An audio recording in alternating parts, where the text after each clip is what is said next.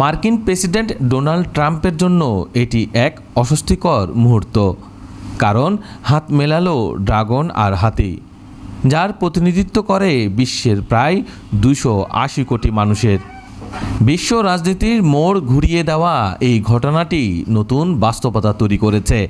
ট্রাম্পের এক সিদ্ধান্তেই ভারত ও চীন আরও ঘনিষ্ঠ হয়ে উঠেছে, আর এই যৌথ শক্তি এখন আমেরিকার জন্য বড় হুমকি হয়ে দাঁড়াতে পারে।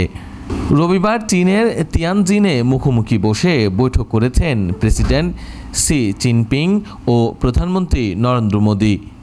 দুই নেতার বক্তব্যে স্পষ্ট ছিল বিভেদ ভুলে সম্পর্ক ঘনিষ্ঠ করার ইঙ্গিত।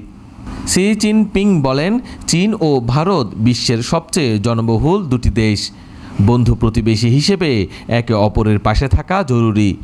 অপরদিকে মোদি জানান, ভারত চীনের সংহতির সাথে 280 কোটি মানুষের স্বার্থ জড়িয়ে আছে। এতে গোটা পৃথিবীর কল্যাণ হবে। ইন্দো প্যাসিফিককে চীনের প্রভাব মোকাবেলায় ভারত ছিল আমেরিকার অন্যতম হাতিয়ার, কিন্তু চীন ভারতের সম্পর্ক উন্নত হলে যুক্তরাষ্ট্রের কৌশল দুর্বল হয়ে পড়বে। সীমান্ত বিরোধ ও দ্বন্দ্ব মিটে গেলে ভারত আর পাল্টা ভারসাম্যের ভূমিকায় থাকবে না। ফলে এই অঞ্চলে চীনের প্রভাব আরও বৃদ্ধি পাওয়ার সম্ভাবনা রয়েছে। এই প্রেক্ষাপটে প্রশ্ন উঠেছে কোয়াড জোটের ভবিষ্যৎ নিয়ে।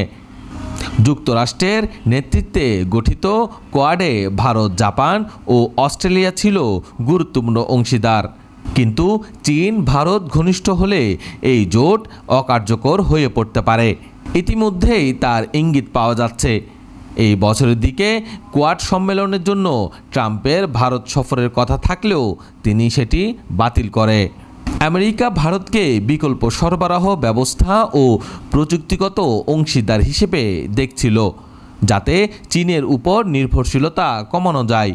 কিন্তু যদি ভারত উল্টো চীনের সরবরাহ ব্যবস্থার উপর নির্ভরশীলতা বাড়িয়ে দেয় এবং যুক্তরাষ্ট্রের সঙ্গে অর্থনৈতিক সম্পর্ক সীমিত করে, তবে যুক্তরাষ্ট্রের বৈশ্বিক অর্থনৈতিক প্রভাব হ্রাস পাবে।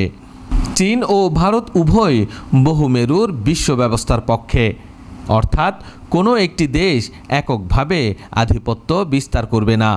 ভারত চীন ঘনিষ্ঠ হলে তারা একটি শক্তিশালী জোট হিসেবে আবির্ভূত হতে পারে, যা আমেরিকার বৈশ্বিক নেতৃত্বকে চ্যালেঞ্জ জানাবে।